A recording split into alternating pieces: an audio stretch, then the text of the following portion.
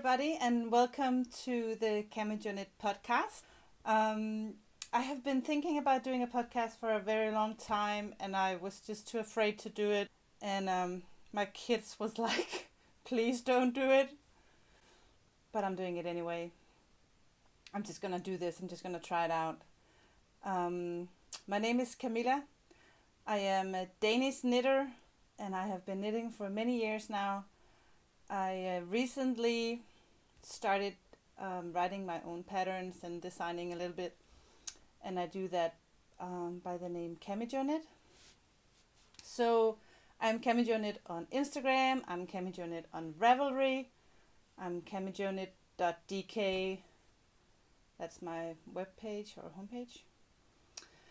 So I'm going to do this in English, and that might scare off some of the very good Danish knitters, but I have to do this in English because I love being a part of this worldwide knitting community that we have going on, and I do my patterns in both Danish and English, and I really want to include as many people as possible so that when people buy a pattern in New Zealand or in Germany or wherever, then everybody can be a part of this community with me and share thoughts on patterns or whatever. I just want to include as many people as possible.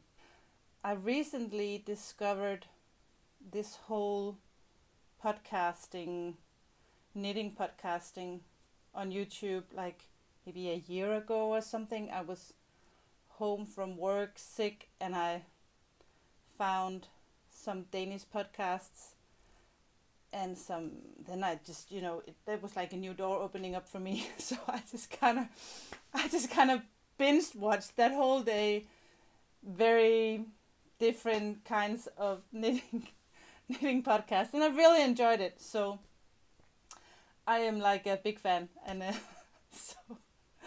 so thank you all for being the first movers on this, and I'm sorry to be such a copycat, but I guess there's room for as many knitting podcasts as there are knitters, hopefully.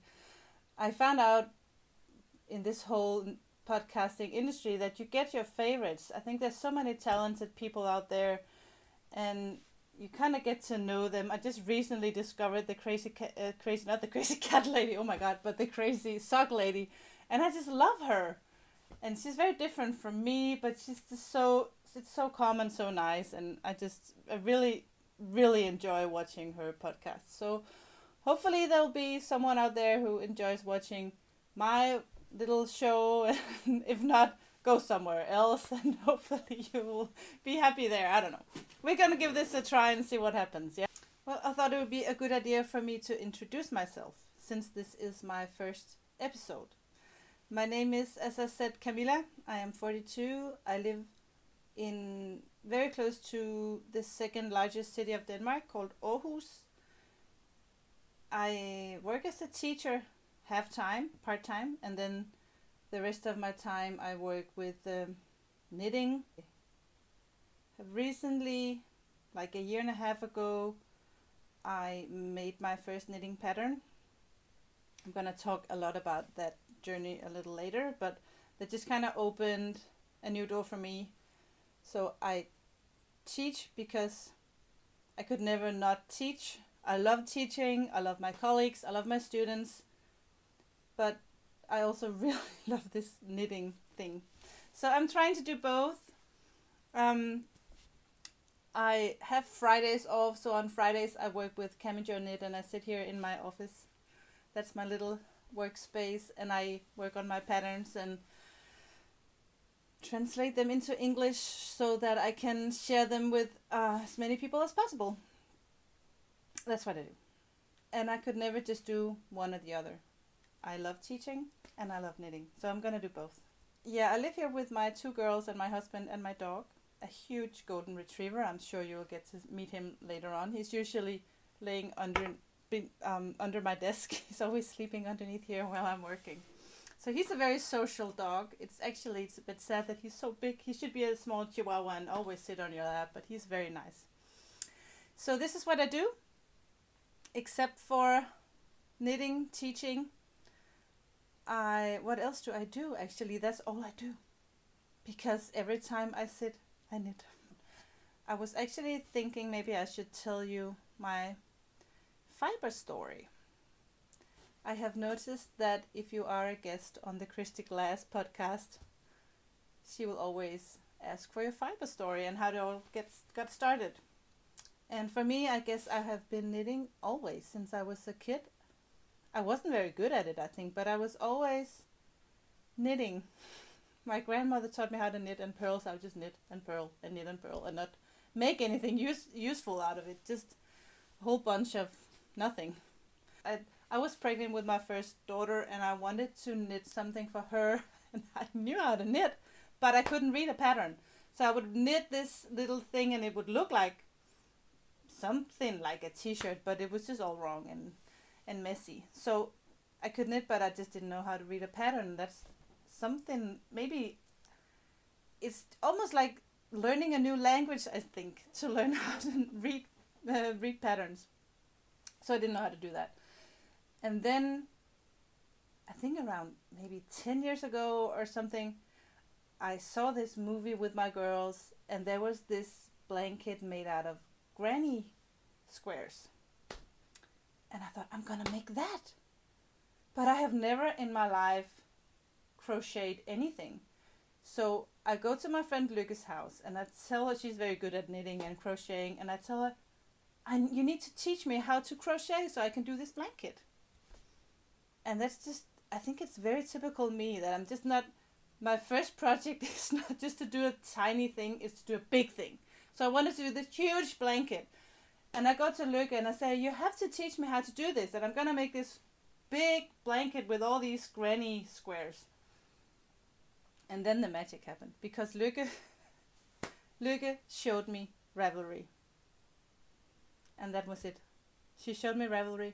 And it was like the door to Narnia world for me. She showed me Ravelry. And I was completely in love.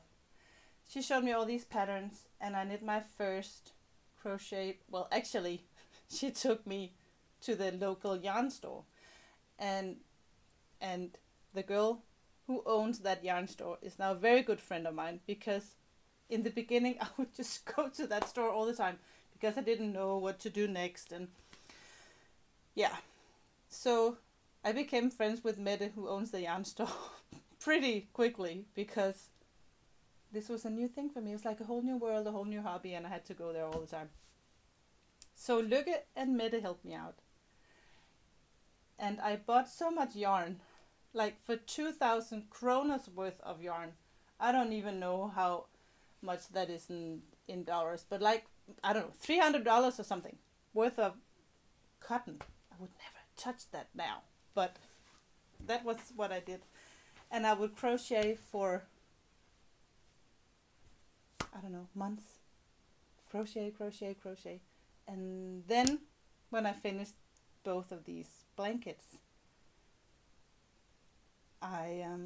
then a friend of mine got pregnant, and I thought, I have to knit her something for the baby. I think I knit her a pair of socks or something. And then a small baby vest. I did that as well. And because now I still didn't know how to read a pattern, but now I had some friends who knew how to knit. Lykke was very nice and she helped me out in the beginning. And Mette, who owns the yarn store, she was always there, you know. Lykke had to go to work, and so when I got stuck, I could always just go to the yarn store because she was right there. You know, she couldn't close the door and said, the yarn store is closed. So when I came there knocking, all desperate because I didn't know how to get to the next step, there was a yarn store right there. So then I learned how to knit. And that just kind of consumed me. It was like this new world, this new hobby. And I was just knit all the time. I wasn't very good at it in the beginning. And the girls, Mette and Lykke, would just laugh at me because I said things wrong and I did everything wrong. And I said, I want to do this because I'm from Scandinavia. Here we just love these there's been a long tradition of knitting like Fair Isle sweaters with the stars knit across here, and it was very famous because there was this TV show here, and the police woman in that show, she had on this sweater. We call it the Sarah Lund sweater, and I think even no, never mind. But I just really wanted to knit that sweater, and Lykke and Mette were both, no, you're not good enough yet. So that was my goal. I wanted to make that sweater with the stars in alpaca, and I did it. I finished that sweater. And I love the Fair Isle. I love that working with two colors at the same time. And of course that took me a while to actually understand how to work with two colors at the same time, so it doesn't get too tight when you do the color work, or too loose when you only do one color. And every time I took on a new project, and I would always challenge myself, not because I thought I was good, but just because I just, for some reason, it's hard for me to, I don't know, I just always want to do what is fun and what I think this is going to be my next thing. I'm just going to do it. And of course they were there to help me, these two women. So yeah, I got my sweater done. And after that I just would knit whatever. So for 10 years I would knit all kinds of stuff and put it all on Ravelry, and I just loved it. And then I started blogging. The whole idea of making a project, finishing it, washing it, blocking it, taking pictures, write down what I did and what would I change and stuff like that. I really enjoyed that a lot. When I had put my projects on Ravelry, the next step for me would always be to do like a blog and write about the projects and my yarn and take pictures. And I had really like this feeling that my knitting project wasn't done until I had some nice pictures and I can put it on the blog and then wait for comments, because this sharing your craft and having someone else look at it and comment below. And I remember some years ago everybody was doing this shawl by Helga Isaiah. It's called the Chamomile shawl. I think I did 5 of these shawls, and it was like a big thing. Everybody was doing them, and it was so much fun to see these shawls all over the people's blogs, and you could see the shawl and what yarn they used, and we would comment each other's, and it was like having this knitting family or something. So you would share your work online and people would comment, and we would feel like you knew people and you didn't really know them at all.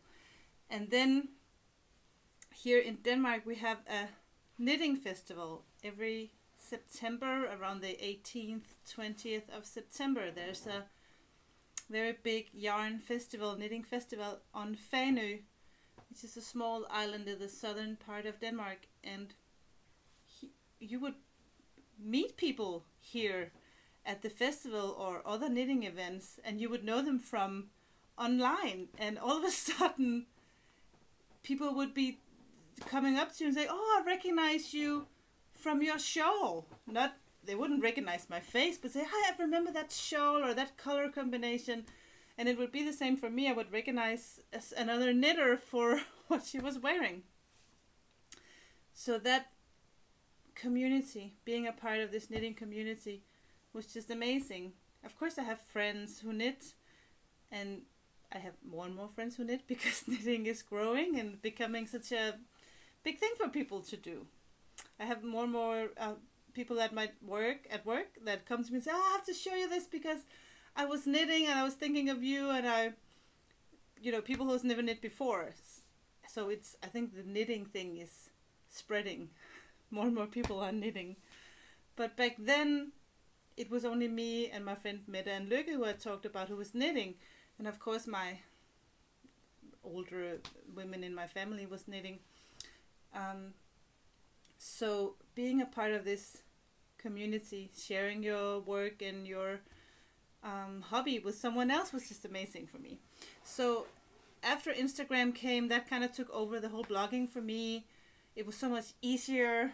You can just take a picture, put it on Instagram, write a text, do a few hashtags or many hashtags, and get it out there and see what other people were doing, and I just really love that. I just love it. So this is a way of contributing back to this knitting community, that maybe this is the way we do things now. This is live blogging, or I don't know what we could call that, but this is the place where we can show each other what we're working on. We can show each other finished objects and stuff like that.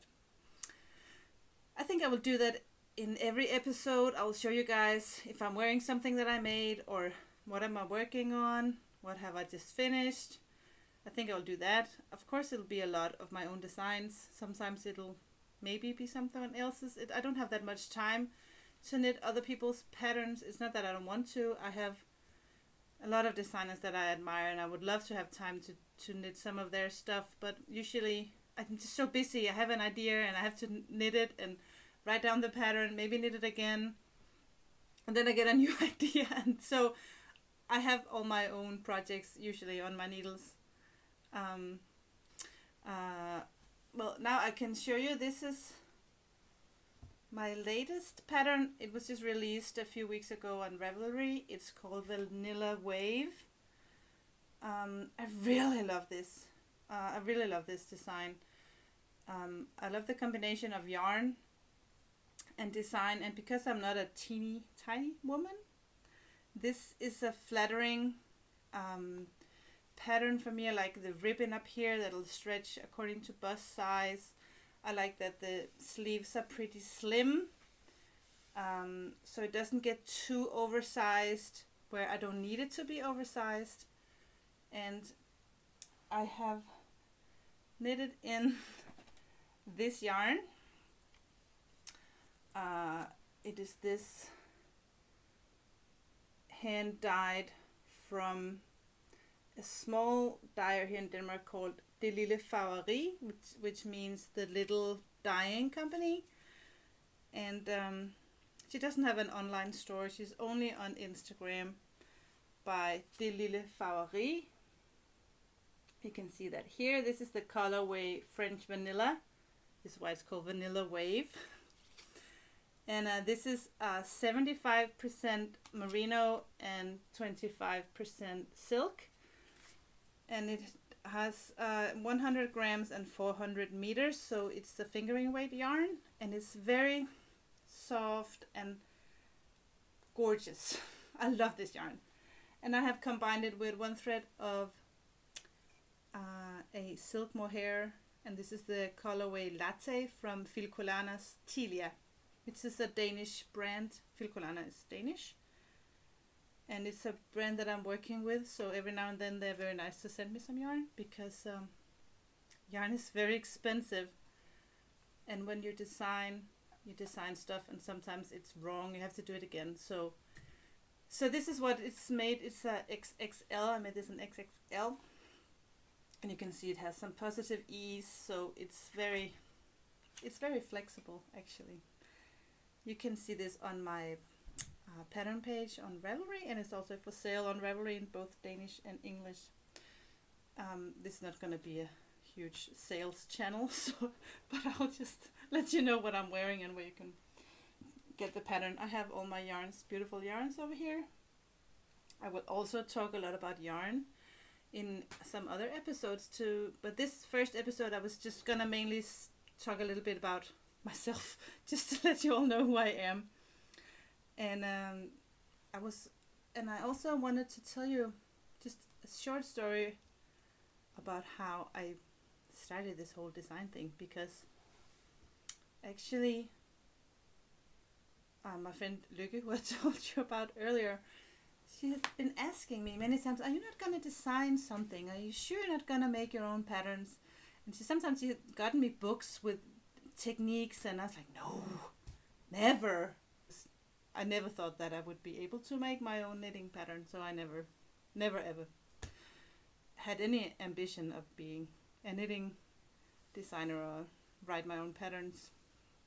But then one day I just had this idea for, I don't even have it in here, but I had this idea for a lace, diamonds in silk mohair, and I just had this vision in my head, and I just had to draw it and make it and knit it. So my first knitting pattern was just way complicated, and it took me forever to do the math and write it all down. And I had made it from the yarn straw, who's a really, really, really good knitter. She's like, her skill is really high. She knows, she's very good.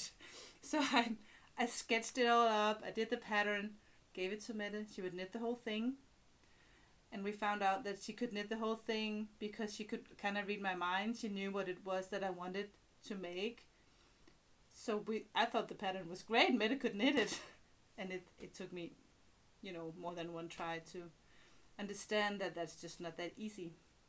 I have to do the math. You have to get test knitters, the whole thing. So I think for the ones who bought the diamond sweater pattern, the first edition, they had some patience because I had to update that pattern a few times. But now the one that's on Ravelry now is all edited and good, so you no worries anymore. But that was just a process for me really to understand how to work these patterns, because it's just way harder than one would think to begin with. Or I don't know, maybe I was just naive. I just thought it can't be that hard. You can just write a pattern. I learned my lesson, that's what I did. And now I have a tech editor to go through my patterns and make sure everything is in place, because you don't want to be the knitting designer who has really bad patterns. But that was a learning process for me as well. And that just took me some time until to where I am now. And hopefully I don't make that many mistakes anymore. But once I made that first knitting pattern, I had my first idea for a pattern, and once I had that out, it was like another door open. And now and then I discovered the podcasting on YouTube, new thing, and now the whole design process for me, when that door opened up and I did my first pattern, it was like I don't know what happened. It was like ideas just kept jumping in my head and out of my, I have this book. Let me show you. I have this book. Sorry. See. This is my first drawing of how to make a pattern. And then ideas just keeps coming. And this is actually the first idea for the sweater I'm wearing now. You can see that I would draw like this. I'm not very good at drawing, so this is just ideas. It's not it's a good thing I'm not sending this to a knitter saying you can knit this, because that wouldn't make any sense. When I have an idea, I put it in here. And to begin with, I would do all the patterns in this book too. I would write down for all the sizes and all the measurements. I would put these in like this. But then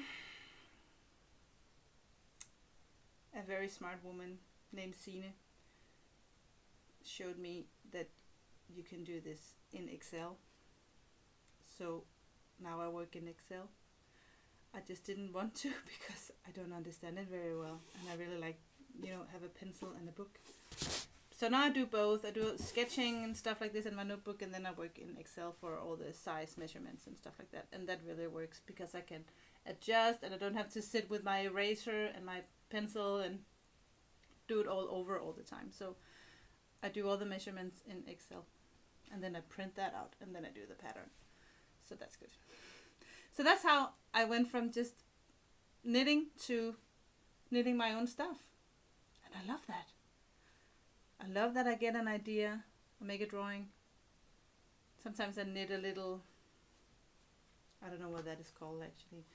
And then I just love when my idea turns into a project. Right now, I'm just going to show you what I'm working on right now, and then I'm going to stop for today. And hopefully you'll come back some other time. Right now I'm working on this This is the Elna shawl that is named after my mom. I have the original one right here. It is a very simple triangular shawl with some eyelet pattern that I named after my mom because the pattern came out on her birthday last year on June 4. I can just tell you that these are made in the Madeline Tush. Not in this colorway actually, but in this one. This is sheer peach. Can you tell that it has a sparkle? It's very difficult to show this on the camera, but it has like a glitter that's very gorgeous. And then I'm knitting this together with this. It's called Brick Dust. And I think this is one of my favorite colors of the Madeline Tush. These were gifted to me by Madeline Tush. Thank you. Yeah. That's what I'm showing today. And the next time I do an episode, I will show you some more knitting. I will show you the pattern that I'm working on right now. And maybe some more finished objects. Maybe some socks, because recently I've just been... I blame this on the crazy sock lady, that I am knitting socks, because I used to do them toe up and now she showed me how to do them cuff down, and I'm doing them cuff down. So next time I will show you some socks, some more finished objects, some more designs. So I hope you enjoyed this first episode. I think I'm supposed to tell you that please subscribe and please give me a thumbs up. Thank you for watching. I will hopefully see you again some other time. Until then, take care, be safe, bye!